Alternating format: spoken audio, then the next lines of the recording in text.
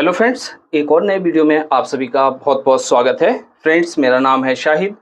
आज की इस वीडियो में हम आप लोगों को जेंट्स अंडरवियर की कटिंग करना बताएंगे।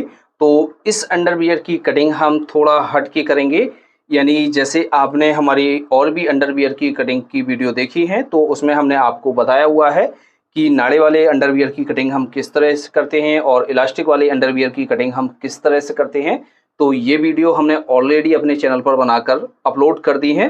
तो आज की इस वीडियो में हम आपको विदाउट मियानी का अंडरवियर कटिंग करना बताएंगे कि हमारी बिना मियानी का अंडरवियर किस तरह से कट किया जाता है। इसमें जो हमारी मियानी रहेगी वो इसी में ज्वाइंट रहती है और इसको बनाना बहुत ही सिंपल है, बहुत ही आसान तरीके से आप इसको बना सकते हैं। तो फ्रेंड्स, यदि आप इस वीडियो को पूरा देखते हैं आपको अच्छी तरीके से समझ में आ जाएगा। तो अंडरवियर की कटिंग करने के लिए हमने ये जो फैब्रिक लिया है ये 1 मीटर है। इसमें जो हमारे अंडरवियर की लंबाई है और साइज़ है वो आराम से निकल आएगा। यदि आप हमारी इस वीडियो को यूट्यूब चैनल पर देख रहे हैं तो आप हमारे यूट्यूब चैनल को सब्सक्राइब कर लें, और जैसे आप हमारी इस वीडियो को फेसबुक पेज पर देख रहे हैं तो हमारे पेज को फॉलो करना बिल्कुल ना भूलें। तो इस वीडियो में हमें ज़्यादा मेज़रमेंट की आवश्यकता नहीं होती है, इसमें हमें 2 या 3 मेज़रमेंट की आवश्यकता होती है, जैसे लंबाई और हिप। तो इन मेज़रमेंट की ज़रूरत पड़ती है, तो इसी मेज़रमेंट के हिसाब से हमारी जो कटिंग है वो हो जाती है। तो इस तरह से ये हमने जो फैब्रिक लिया है ये फैब्रिक हमारा 1 मीटर है। तो इस फैब्रिक को क्या करेंगे, हम सबसे पहले फोल्ड करेंगे। तो इस तरह से ये जो फैब्रिक है हमारा सीधा है और ये उल्टा फैब्रिक है।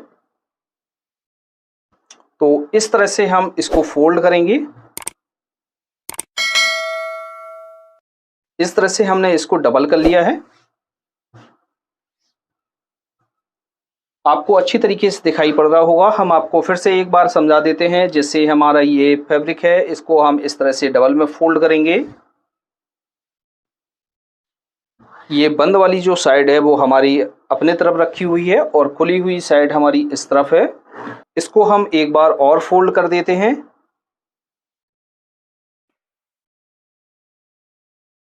इस तरह से हमने इसको एक बार और फोल्ड कर लिया है। ये हमारे टोटल 4 पार्ट हो गए हैं। दोनों पार्ट हमारे एक साथ में कट हो जाते हैं, यानी दोनों पांचे। तो इस तरह से हम इसको फोल्ड कर लेंगे। फोल्ड करने के बाद फ्रेंड्स इस पर हम मार्किंग करेंगे। तो सबसे पहले हम नीचे की तरफ एक मार्किंग करते हैं इस तरह से, और इसका बॉटम फोल्ड करने के लिए हम इसमें मार्जिन रखेंगे। तो नीचे बॉटम फोल्ड करने के लिए हम इसमें मार्जिन रख ले रहे हैं, वो रखेंगे हम 1.5 इंच का। जैसे आप लोग बिगनर भी हैं तो आप इस तरह से अंडरवियर की कटिंग करेंगे तो आप अंडरवियर की कटिंग करना बहुत ही सिंपल तरीके से सीख जाएंगे। तो ये हमारा बॉटम फोल्ड के लिए हमने मार्जिन का मार्क कर लिया है। इसके बाद हम लंबाई का निशान लगाएंगे, जितनी भी आपको लंबाई रखनी है अंडरवियर की। तो इस तरह से हम उसमें मार्क करेंगे। जैसे आपको अंडरवियर की लंबाई रखनी है 16 इंच या 15.5 इंच रखनी है तो इस तरह से 15.5 इंच पर मार्क करेंगे। अब इससे हम एक मार्क और ऊपर की तरफ लगाएंगे, वो लगाएंगे नेफे का। तो इस तरह से हम ऊपर की तरफ मार्क करते रहे हैं, वो कर रहे हैं 2.25 इंच पर। ये हमारे नेफे के लिए मार्क है। इसमें आप प्लास्टिक भी डाल सकते हैं और नाड़ा भी डाल सकते हैं, जो आपको पसंद है वो इसमें डाल सकते हैं। तो इस तरह से हमने इसमें मार्क कर लिया है। मार्क करने के बाद फ्रेंड्स इसमें हम मार्किंग करेंगे, यानी घेर की मार्किंग करेंगे। तो इसका जो घेर है किस तरह से रखा जाता है, तो इसमें हमें हिप के मेज़रमेंट की ज़रूरत होती है। जितनी भी आपकी हिप है उसका 1/4 करेंगे। जैसे आपकी हिप 40 इंच है तो 40 का 4th भाग करेंगे, हम इसको कर लेंगे 10 इंच इस तरह से। और प्लस इसमें जो हम यहाँ पर लूजिंग ऐड करेंगे वो करेंगे 3 इंच की। तो इस तरह से हम 3 इंच पर एक और मार्क कर लेते हैं। जितना ये मार्क किया हुआ है उतना ही मार्क हम यहाँ पर भी करेंगे।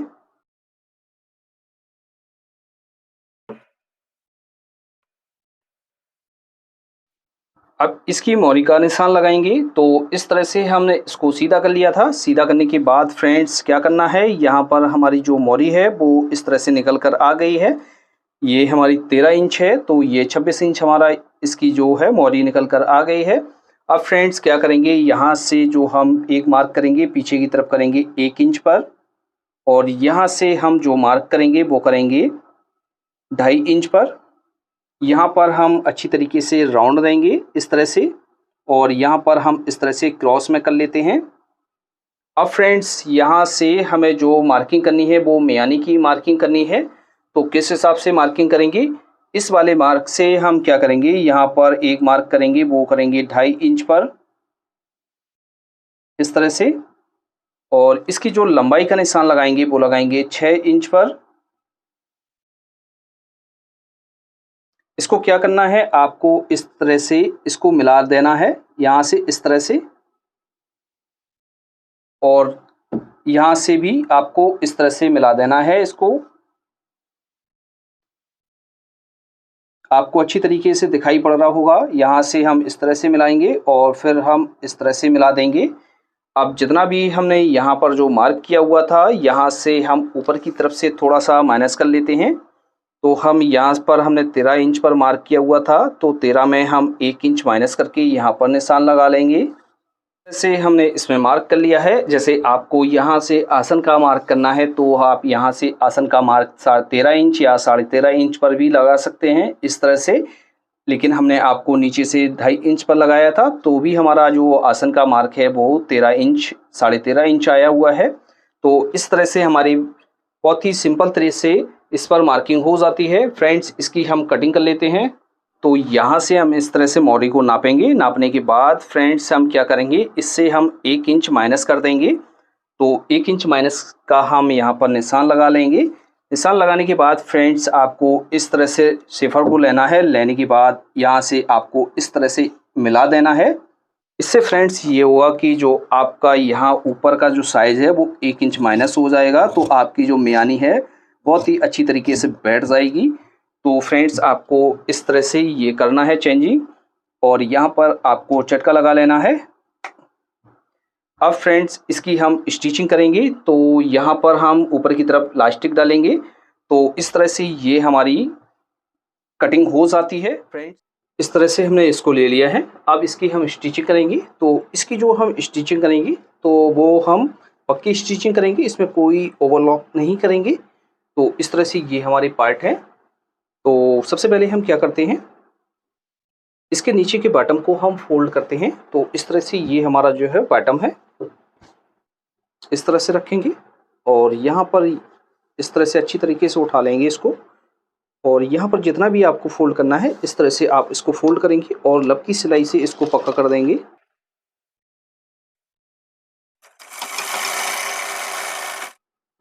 तो इस तरह से आपको फोल्ड कर लेना है।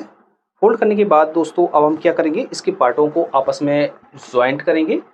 तो आप किस तरह से करेंगे चलिए वो समझते हैं। जैसे ये हमने सीधा पार्ट रखा हुआ है, यानी ये उल्टा हिस्सा है, और इसको हमने सीधा रखा हुआ है, और इस पार्ट को भी हम इसके ऊपर इस तरह से सीधा रखेंगे, यानी उल्टा हिस्सा हमारा ऊपर है और अंदर की तरफ हमारे दोनों पार्ट जो हैं वो सीधे हैं। तो किस तरह से जोड़ेंगे, आप इस तरह से इसकी तलपट चढ़ाकर भी इसको जोड़ सकते हैं। इस तरह से आप इस तरह से भी इसको जोड़ सकते हैं। नहीं, हम आपको तरीका ये बताते हैं, दूसरा भी तरीका होता है इसका जोड़ने का। तो किस तरह से जोड़ेंगे, हम उसी तरीके से इसको जोड़ेंगे। तो वो बहुत ही सिंपल तरीका है। यदि आप तो इस तरह से इस पार्ट को हमने उल्टा रखा हुआ है। इस तरह से उल्टा रखने के बाद दोस्तों जो दूसरा हमारा पार्ट है उसको भी हम इसके ऊपर इस तरह से सीधा बिछाएंगे, यानी उल्टा हिस्सा हमने अंदर की तरफ कर लिया है। इस तरह से रखेंगे इसको। ये हमारी गुम सिलाई से जुड़ रहा है। तो यहाँ से क्या करेंगे, यहाँ से एक सूत का मार्जिन लेकर हम इसमें सिलाई लगाएंगे।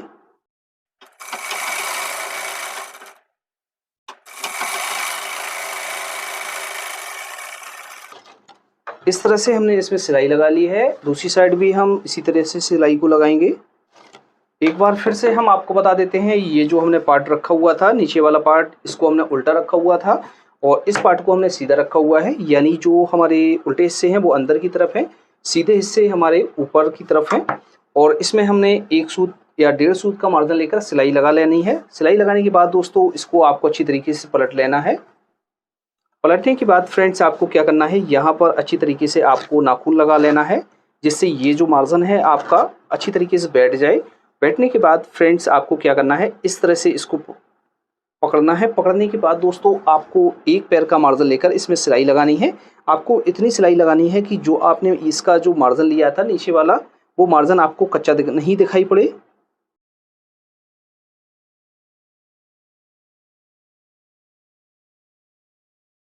इस तरह से हमने इसमें सिलाई लगा ली है। देखिए दोस्तों, हमारा कोई मार्जिन कच्चा नहीं दिखाई दे रहा है और अच्छी तरीके से ये हमारी जो है ज्वाइंट हो गया है।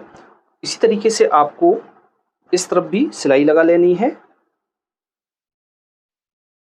तो इस तरह से दोनों तरफ हमने सिलाई लगा ली है। सिलाई लगाने के बाद दोस्तों ये हमारा उल्टा हिस्सा है, जो सिलाई दिख रही है ये हमारी बिल्कुल पक्की सिलाई है, हमें कोई ओवरलॉक करने की आवश्यकता नहीं होती है।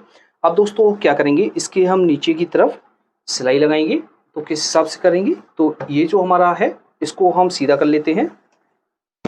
सीधा करने के बाद फ्रेंड्स आपको क्या करना है, यहाँ से आपको इस तरह से इसको मिलाना है। मिलाने के बाद दोस्तों आपको क्या करना है, यहाँ पर जो मार्जिन दिख रहा है इस मार्जिन को कट कर लेना है। तो इसमें हम पहले सिलाई लगा लेते हैं। तो सिलाई उसी हिसाब से लगानी है, 1 सूत या 1.5 सूत का मार्जिन आपको लेना है और इसमें सिलाई लगा लेनी है। ये जो पार्ट है वो सीधा पार्ट है, तो इस तरह से मिलाकर रखेंगे।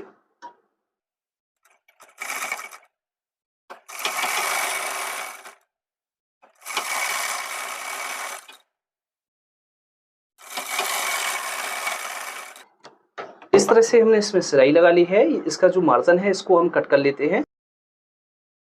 मार्जिन कट करने के बाद फ्रेंड्स हमें क्या करना है, इसको उल्टा कर लेना है, क्योंकि हम उल्टी तरफ इसकी सिलाई लगाएंगे। तो इस तरह से हम इसको उल्टा कर लेंगे और अच्छी तरीके से इस मार्जिन को बिठा देंगे, जिससे हमारी जो दर्ज है अच्छी तरीके से बैठ जाए। और इसका जब भी हम मार्जिन इस तरह से फोल्ड करके पकड़ेंगे और इसी तरीके से जहाँ पर हमने ये मार्जिन फोल्ड किया था उसी तरीके से हम यहाँ पर भी सिलाई को लगाएंगे।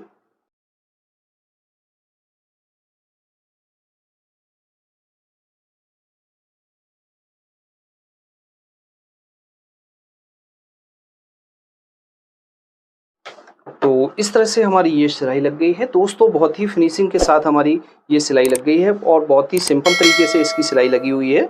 यदि आप इस तरह से सिलाई लगाएंगे तो आपको कभी भी कोई भी परेशानी नहीं आएगी। और अब इसको हम सीधा कर लेते हैं। तो इस तरह से ये हमारा बन गया है। आपको अच्छी तरीके से समझ में आ रहा होगा। यदि आपको कहीं पर भी डाउट लगे तो आप हमें कमेंट बॉक्स में लिख सकते हैं, हम आपके मैसेज का रिप्लाई जल्द से जल्द करेंगे। तो फ्रेंड्स ऊपर की तरफ हमें यहाँ पर जो है इलास्टिक डालनी है। जैसे आपको इसमें नाड़ा डालना है तो आप इसमें नाड़ा भी डाल सकते हैं, लेकिन हम इसमें इलास्टिक डालेंगे। तो इलास्टिक डालने से पहले हम क्या करेंगे, ये जो हमारा पार्ट है इसको हम इस तरह से आधा इंच ऊपर की तरफ फोल्ड कर देते हैं, जिससे हमें जब हम इसमें इलास्टिक लगाएंगे तो हमें परेशानी नहीं आएगी। तो यहाँ से हम पहले फोल्ड कर लेते हैं इसको। इस तरह से हमने इसको फोल्ड कर लिया है, आपको इस तरह से फोल्ड कर लेना है। अब फ्रेंड्स हम इसमें इलास्टिक डालेंगे। तो इलास्टिक लगाने का क्या तरीका होता है, किस तरह से हम इलास्टिक को लगाते हैं। तो फ्रेंड्स जितनी भी आपकी कमर है उससे आपको 4 से 5 इंच इलास्टिक को छोटा काटना है। तो इस तरह से आपको इलास्टिक ले लेनी है। तो इस तरह से हमने इसमें इलास्टिक ले ली है। लेने के बाद दोस्तों इसको हम ज्वाइंट करेंगे। तो इस तरह से हमने इसको जोड़ लिया है। अब इसको हम किस तरह से लगाएंगे चलिए वो समझते हैं। तो यहाँ से हम इसको रखेंगे इस तरह से। रखने के बाद फ्रेंड्स हम इस तरह से इसको फोल्ड करेंगे। आपको यहाँ देखना है कि ये जो इलास्टिक है आपकी यहाँ से दबनी नहीं चाहिए। इस तरह से हम यहाँ पर इसकी जड़ में सिलाई लगाएंगे।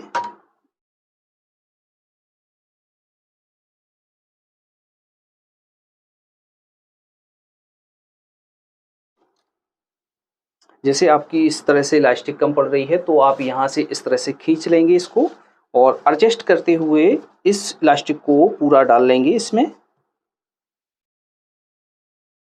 इलास्टिक लगाने के बाद फ्रेंड्स आपको क्या करना है, यहाँ से इस तरह से आपको एडजस्ट कर लेना है, जो आपका जो ये मार्जिन है चारों तरफ बराबर हो जाए। तो फ्रेंड्स क्या करेंगे, इसके बीचों बीच सेंटर पर हम एक सिलाई लगा लेते हैं, जिससे हमारी जो इलास्टिक है इधर उधर नहीं खिसकेगी और जो मार्जिन है हमारा इकट्ठा नहीं होगा। तो यहाँ से अच्छी तरीके से इसको खींचकर इसमें सिलाई लगाएंगे बीच सेंटर पर। इस तरह से हमने इसमें सिलाई लगा ली है। तो फ्रेंड्स इस तरह से हमारे विदाउट बयानी के कच्छे की स्टिचिंग हो जाती है अंडरवियर की। तो फ्रेंड्स आपको अच्छी तरीके से समझ में आ गया होगा। यदि आपको कहीं पर भी कोई डाउट है या कहीं समझ में नहीं आया है तो आप हमें कमेंट बॉक्स में लिख सकते हैं। फ्रेंड्स हम कोशिश करेंगे कि आपके मैसेज का रिप्लाई जल्द से जल्द दे सकें। तो फ्रेंड्स आज की वीडियो में इतना ही, मिलते हैं आपसे नेक्स्ट वीडियो में। तब तक के लिए दीजिए इजाज़त। Thanks for watching.